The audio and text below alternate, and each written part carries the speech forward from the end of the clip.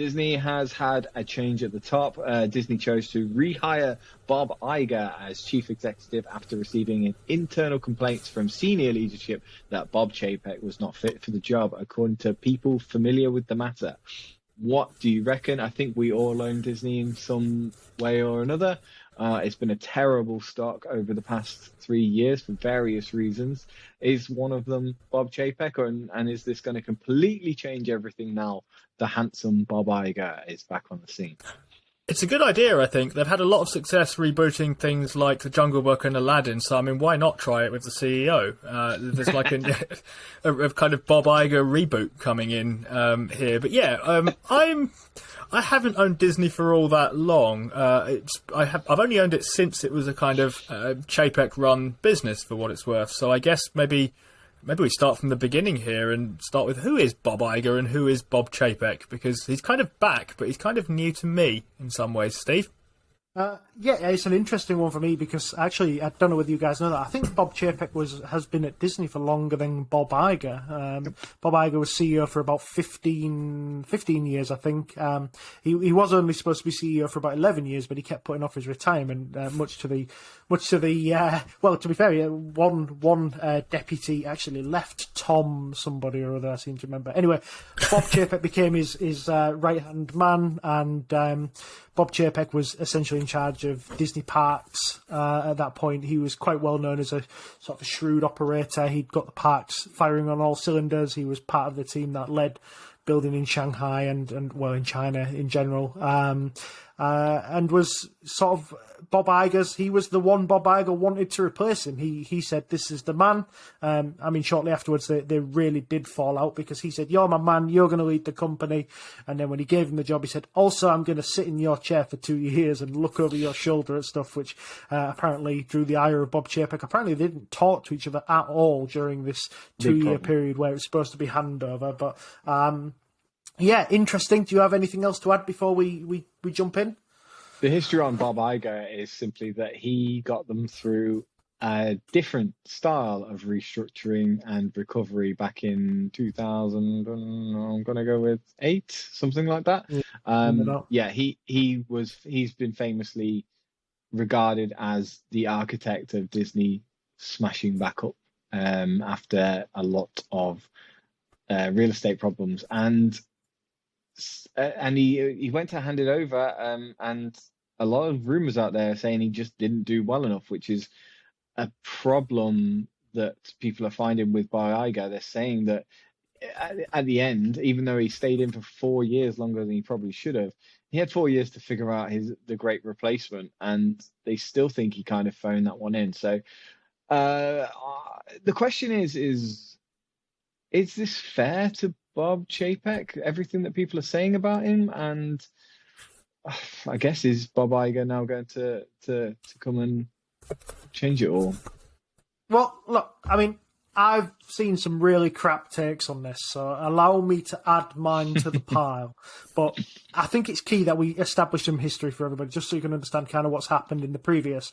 And then I'll tell you what I think about now. So June 28th this year, Disney has released a piece of PR, and it's titled "Disney CEO Bob Chapek secures a new long-term contract." And it's a gushing piece. Here's another quote from it.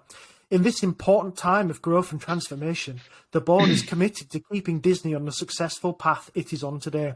And Bob's leadership is key to achieving that goal. Bob is the right leader at the right time for Walt Disney Company, and the board has full confidence in him and his leadership team." Let me just get this one as well. "Chapek has set Disney on a course to lead the entertainment industry well into the company's next century, with a keen focus on storytelling excellence, innovation, and audiences." So, I mean, fast forward to today. I mean, we're not even half a year later and Chapek's gone. And a desperate call by the board to the former CEO, Bob Iger, on which was Friday night, followed by a short weekend of negotiating, culminating in a Sunday night blindsiding of Chapek at 10 p.m. He's gone. He's reportedly got a cheque for $20 million plus his 30 years of equity options, so I'm not too sad for him. Yeah, I think he's going to be all right. It's not going to be a problem. But if you had listened to some of Bob Iger's previous interviews, because Bob Iger has been very, very busy recently, and I mean in the past like 6 months, he's been turning up at loads of film stuff, loads of streaming stuff. He's been doing talks to loads of tech companies. And in some of those interviews, they've basically been one-on-one interviews, and everyone has commented on how handsome he is and how charismatic he is during these things, and why. And he is pretty handsome, yeah, definitely. But why? If you could have put two and two together at that time, you would have noticed that he was actually calling Disney. He's been calling Disney to come back in, because he even said it sometimes in his retirement, and I think some interviews with his wife or something like that as well, that he's bored. He's really, really bored at home since he started his retirement. And this has kind of been coming. I think these have been little moves in the background, talking to the bosses, and then this now Friday night phone call might not have been the only phone call that has happened, but it's the last one that said, okay, now's the time to jump on. So I think this has been a slow process. There was a couple of things, though. If Biden wasn't going to run, the rumour was that Iger was going to run in his spot as leader of the Democrats. So that was one of the things that people thought. He was starting to get his voice out, because we obviously just had the midterms. Biden was yet to announce at that point whether he planned on running in the next period, and the thought was at that point that Iger would like to move into politics. He's long been a sort of political talker, so they thought that he would move in. Wow, yeah, that was well, they won, so it's probably not a mistake, but that would have been a very interesting political rival to Donald Trump, because he probably would have really given him a good go, and probably been quite an interesting president, probably quite positive. But with Chapek, he's had a few problems. Arguably, some have been dished out to him. We've had the park shut, and he was a little bit. He was a bit strict on the staff that were there. Staff at the parks not necessarily happy with him. We had the problems with Don't Say Gay. That was quite an issue there, where he decided to take on the government, or at least a very popular senator, I think. What's his name? DeSantis, yeah. So Don't Say Gay was very... but I think that was a big problem. We've had content issues, lots of wokeness going into the into the movies, which I would argue is not his decision whatsoever. But what I'm asking you guys is this his fault? Is all this his fault? Well, the truth here is that we don't know exactly. I've watched a couple of YouTubers' takes. I've read a couple of Twitter threads. I've read a lot of articles over the week, and I'm afraid I'm going to pick on Joseph Carlson here, because I felt like his take was probably the worst. So he's got three main points that we're gonna attempt to dissuade you from here. So he accused Chapek, a 30-year Disney veteran, of not understanding Disney content. Obviously, this was by a Disney veteran of 0 years, YouTuber Joseph Carlson. His argument for this point consisted of Joseph pointing out that in a recent Wall Street Journal interview, and I'm paraphrasing here because I really couldn't watch the video twice, that Chapek says Disney has a broad content spectrum, speculating that there's plenty of family-orientated animated content on Plus to watch, and more gritty stuff and presumably non-animated stuff for the adults to watch after the children have gone to bed.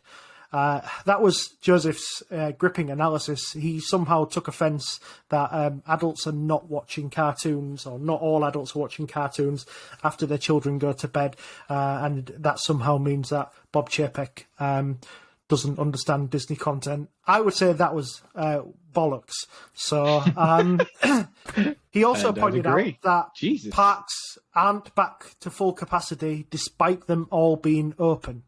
I think forgetting that throughout Chapek's tenure, both China parks have been both open and shut on a number of occasions. And what I think we got here was that US folk forgetting that this thing's outside of the US. So I'm fairly confident that Joseph didn't get this right. Steve, you've got a little bit on earnings here. Yeah, so I had a look at their most recent earnings. One of the reasons I heard kind of mooted around was, look, fairly superficially, if you just look at this, the share price has come down quite a lot. Shareholders generally start to get fidgety when share prices come down. And there's been some kind of iffy financial results as well. So Chapek's talked a lot about Disney Plus and their kind of media segment. Parks have done really, really well. They're up 36%. They've been posting record this, that, and the other over the last few years. So complaining about the parks seems unlikely to me as a kind of source of much discontent. But Disney Plus has been going in what you might think is the kind of wrong direction. They lump that media segment in together along with the kind of linear networks, which is stuff like ESPN and so on and so forth. Linear networks were lower revenue, higher profits most recently, but Disney Plus and so on was higher revenue, lower profits. Subscribers were up, average revenue per user fairly obviously down. Chapek said that peak losses were behind them in this, so it seems kind of mean to me to not kind of give them a bit longer to let that kind of play out. Losses are widening in the Disney Plus segment. This is a bad time to be widening losses. That's probably true.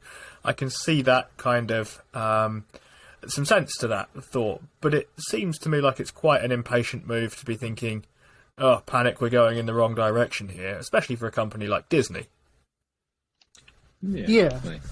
And that's where we move on to Joseph's third point, which was that, and this one's been fairly heavily reported, so you can forgive Joseph and others for falling into this trap. But Chapek, who is reportedly an apolitical individual, he first off refused to comment on the Don't Say Gay bill before bowing to reported internal pressures and speaking out against it. He lost Disney's special status in the meantime after the Republican Governor DeSantis retaliated. So woke Bob said, and I quote, "I'm with the president on this.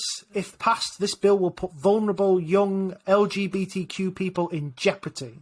End quote. When pushed on the ramifications, he said, sometimes you don't worry about the business. You don't worry about how it's going to affect you. You have to take a stand, end quote. And I think that's pretty damning, except Bob Chapek didn't say any of this. This was Bob Iger.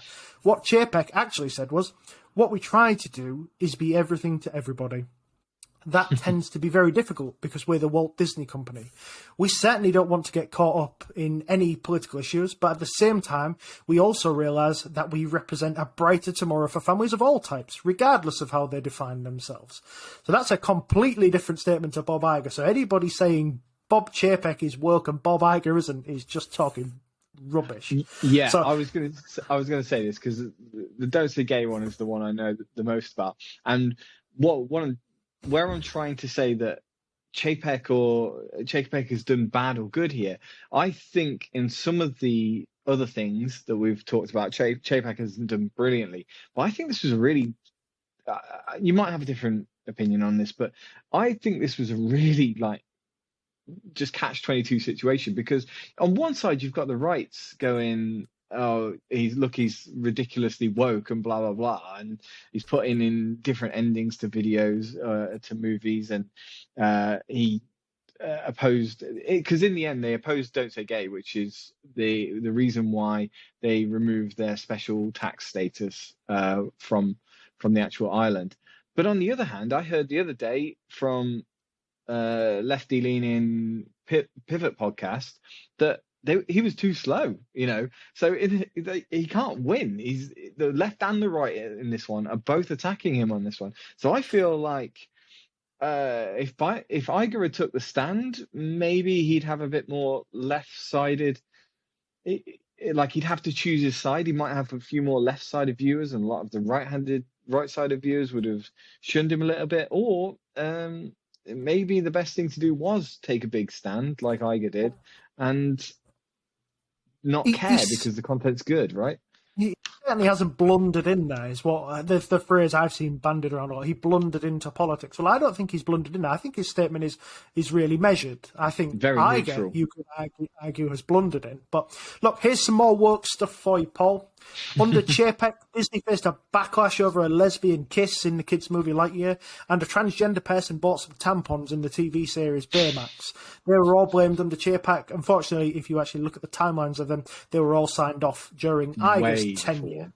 Yeah. So if you're okay with it, I'm going to disregard everything Joseph Carlson had to say, and anything about the share price being down. And look, I want to see if we can find some truth about why Chapek has been fired. Steve, you got a little bit here?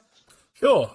So yeah, I heard some obvious stuff about the kind of Disney Plus segment and so on, but Chapek was talking as though he was expecting things to really pick up in 2024. The Don't Say Gay stuff, just for anyone who hasn't been following this that closely, was a kind of Florida bill that wanted to limit discussions of LGBTQ plus issues anywhere under the third grade in schools in Florida, from what I understand of it. So make of that what you will. It's arguably not the kind of thing you want your company either being in or dragged into one way or another. But just for context, that's what that's about. Yeah. Might things be picking up for them, Steve, in 2024? Is that significant? Well, look, we just won't be able to find out now, because if it doesn't play out, you've got a feeling that Chapek's just going to get blamed. And if it does play out, it'll be because Iger changed something and Chapek wasn't going to. So really now we're left in this period of flux where we don't know if he's actually figured it out or not. I can tell you what I think's gone wrong though, Steve. I've got three main areas which I think is the reason why Chapek's gone. So I've titled the first one Kareem Daniel. So Chapek sort of usurped responsibilities from a lot of the old management team, and he installed his right-hand man right above them in the food chain. So a lot of Disney execs were used to having autonomy and making decisions themselves, presenting them to the CEO, and now forced to present them to Kareem Daniel, who's a 42-year-old young guy, who in turn would present them to Bob if he thought they were worthy. I mean, this combined with the reorganisation of the media and entertainment side of Disney gave Daniel one of the most important jobs in the history of media. People who used to be in control of their own budgets lost the role overnight. So Chapek here thought he was streamlining decision-making at Disney. What he actually did was bloody the noses and egos of some very important staff members, leading to key players leaving. Kevin Mayer going to be TikTok's CEO. He ousted Peter Rice, who was the well-respected chairman of entertainment and programming. Insiders were baffled by this decision. It stunned them. Kelly Campbell left shortly afterwards. She's gone straight to the rival streamer Peacock. So they've left some pretty good talent there straight off the bat. People who have been there a long time. This generally isn't a business model that works well, is it? I mean, I would kind of say this sort of thing, but it's very much a Berkshire Hathaway way to get good people and then let them get the hell on with it. By contrast, the natural comparison is something like GE that tried to run everything sort of centrally in various different ways and have someone that was the kind of czar of everything and great insight into various different things that ideally you find specialists in and let them get on with it. This never seems to end terribly well, and going over the top of the chairman isn't something that sort of works very well. I mean, I heard this in the context of firing parks employees as well, for what that's worth. Anything significant there? Yeah. Well, Chapek's tenure's been sort of marred with discontent from the theme park division employees in California. So in July, the company announced it was forcing 2,000 workers to relocate to a new campus in Central Florida. Remember that there was discontent from inside the organisation about the Don't Say Gay bill, to then move 2,000 workers forcibly, 2,800 miles trip across 8 states. We're literally going from the west coast of the US to the very east coast of US. And if they don't move, they get fired. That just seems dumb to me. I think it seems dumb management, but made worse by the fact that this didn't even go ahead. The Florida campus isn't even finished and won't be finished until 2026. I mean, come on, Bob. There's 4 years before before you've got to get this across. Yeah, it does make me wonder if he sat down with that one and went, guys, do we think this is a smart idea? And it, like you say, it does add wonder, if you can use that with Disney. It does add wonder if Chapek was the central point and he was searching for people to push all the information to him, and he would just tick yes or no as he pleased, which would suggest that maybe he doesn't understand Disney as a company so bad, to push you back on Joseph Carson a little bit there. But is Bob Iger the man to do this? I know it's pushed the share price up 7 or 8%, but is this all engineered?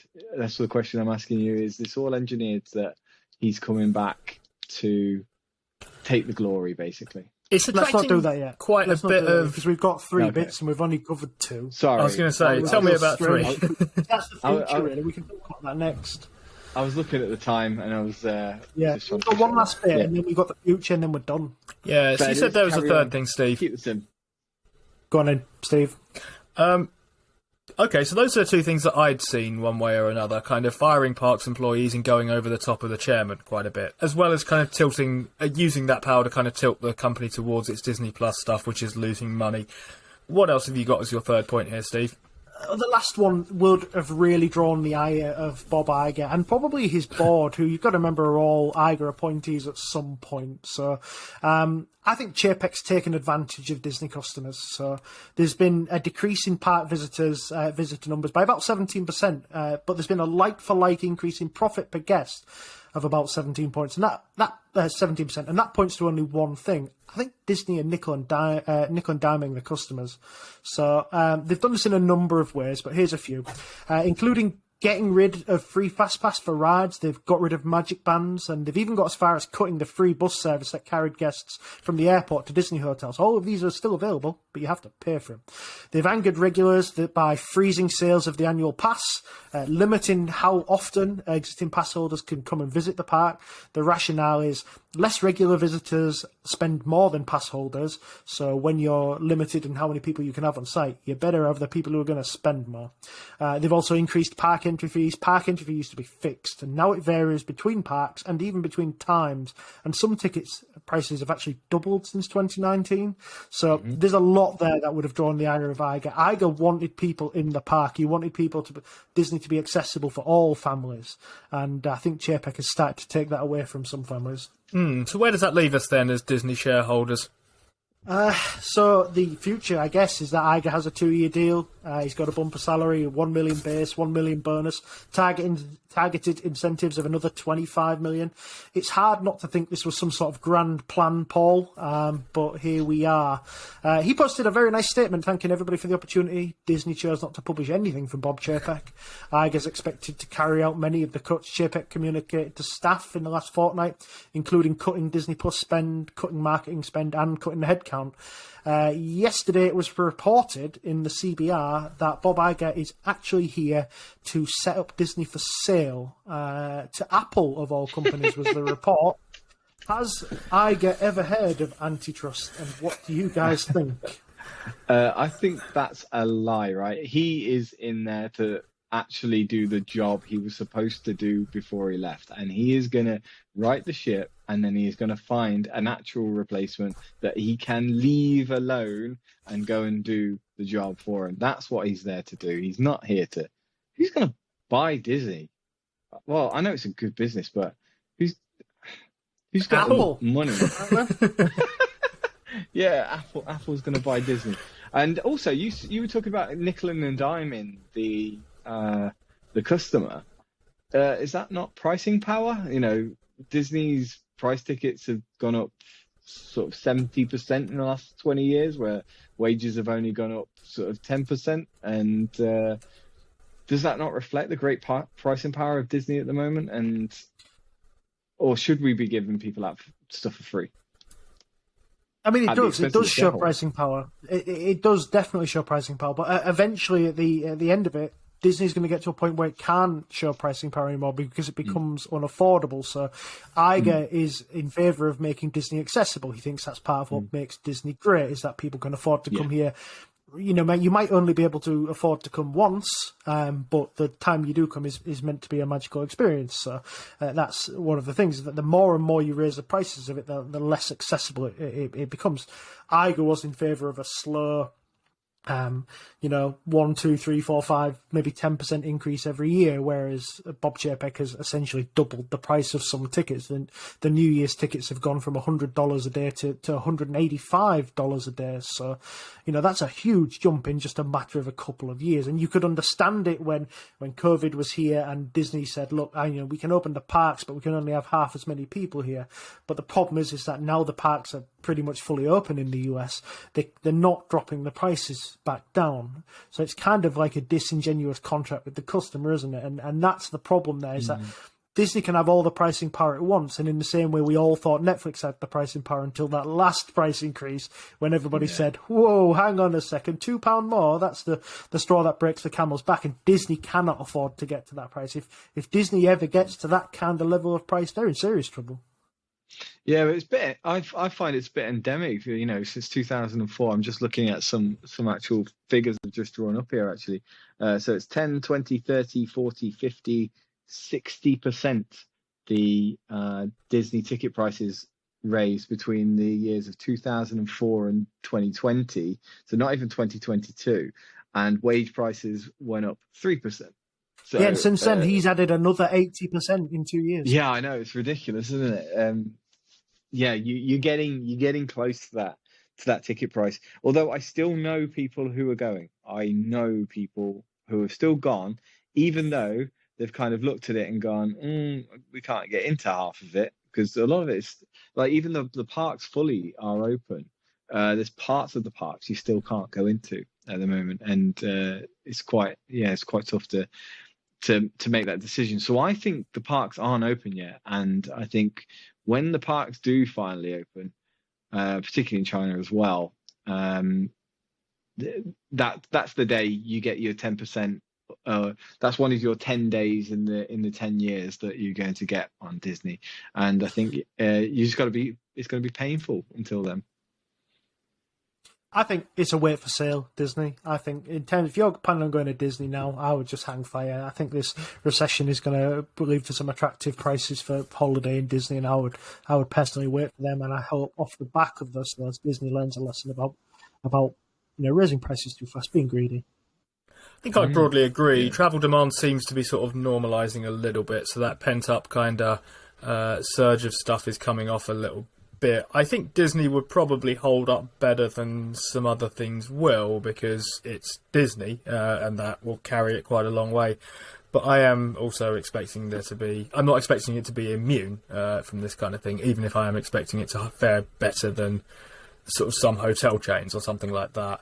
As far as the kind of Apple thing goes, I think I will wait for something slightly better than what I read on this, which was unnamed insider close to Bob Iger says might be selling it to Apple. I think I'll look for something a little more official sounding than random Disney employee says we're going to flock ourselves to Apple. But it would be cool if it happened. I think I'd enjoy that if it happened. So, final word on... Oh, go on. I was just going to say, you think it's even on the list? I just don't see it. No. Well, Apple are getting mentioned with everything at the moment. They're talking about... Yeah, we're too busy buying Peloton at the moment. Yeah, Peloton is another that I've seen, and now Disney as well. But got final word on Disney then, guys. I think are we all still holders? Yeah. Certainly, is it buy, sell, or hold for you? At the moment, I'm on hold, but I think it's only because I did a buy of it 2 weeks ago, I think, and so I'm just kind of holding on it a little bit. And I'm holding on. I haven't actually looked today, but most recently I looked at it, so I was buy. Yeah, and for me, it's a buy as well. I'll be buying it tomorrow on Friday.